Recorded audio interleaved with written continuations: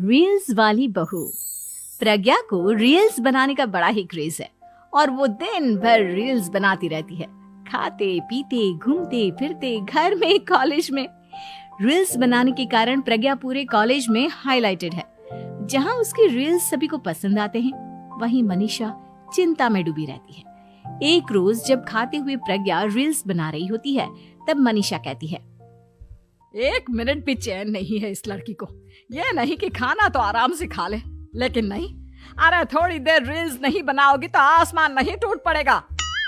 अरे मम्मी, इसी को तो कहते हैं डिटर्मिनेशन। तुम नहीं समझोगी ये सब। हे भगवान, इस लड़की को सद्बुद्धि दे। जब देखो तब टेढ़ा बाका मुंह बनाती रहती है। मनीषा की बात का प्रज्ञा पर जरा भी असर नहीं होता और वो खाते खाते रील्स बनाती रहती है। दिन बीतने लगते हैं और देखते देखते प्रज्ञा का कॉलेज भी खत्म हो जाता है। आए दिन कोई ना कोई मनीषा को प्रज्ञा की शादी करवाने का सुझाव दे जाता है। सब ठीक ही कहते हैं, प्रज्ञा की शादी कर देनी चाहिए। अपने घर के काम काज में व्यस्त हो जाएगी तो खुद ही ये रील्स और नाच गाना बंद हो जाएगा। मनीषा और प्रेम प्रज्ञा के लिए एक अच्छा लड़का ढूंढने लगते हैं और तभी विकी का रिश्ता प्रज्ञा के लिए आता है, जिसने प्रज्ञा को उसकी रील्स देखकर पसंद कर लिया था।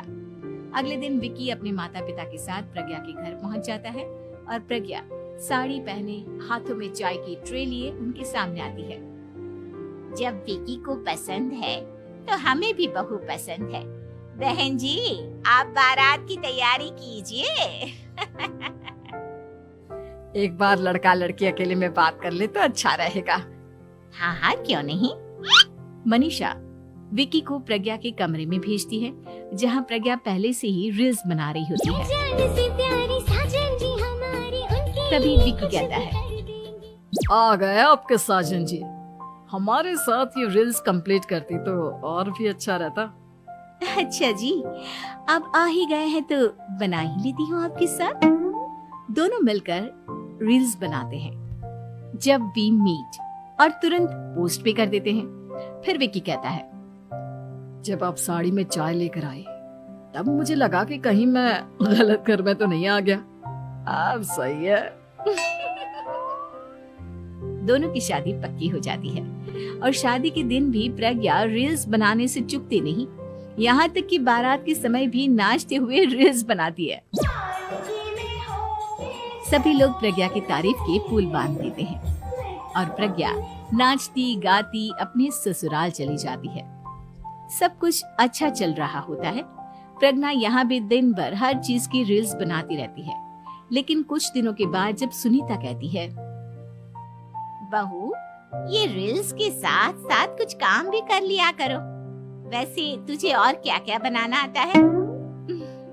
मम्मी जी, वैसे तो सब कहते हैं कि मैं सब कुछ अच्छा बनाती हूँ, लेकिन मुझे लगता है कि मैं मैगी अच्छा बना लेती हूँ।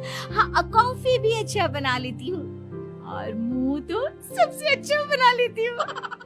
हैं? अच्छा अच्छा। सुनीता अपना माथा पकड़ लेती है और कहती है, बहू, कुछ खाना बनाना भी सीख लेती। मम्मी जी, मैं लंबी प्लानिंग कर रही हूँ। जल्दी ही मैं इतनी फेमस हो जाऊंगी कि मुझे पैसे मिलने लगेंगे। हम दोनों सास बहू राज करेंगे, राज नौकर काम करेंगे और लोगों की तो लाइन लगेगी हमसे मिलने के लिए। तेरा दिमाग खराब हो गया है क्या बहू? हंसी मजाक तक ठीक है, लेकिन इस तरह घर नहीं चलते। जितना जल्दी हो इस घर के तौर तरीकों को सीख लो। प्रज्ञा मुंह घुमाकर चली जाती है और तुरंत उसी वक्त एक रील बनाती है।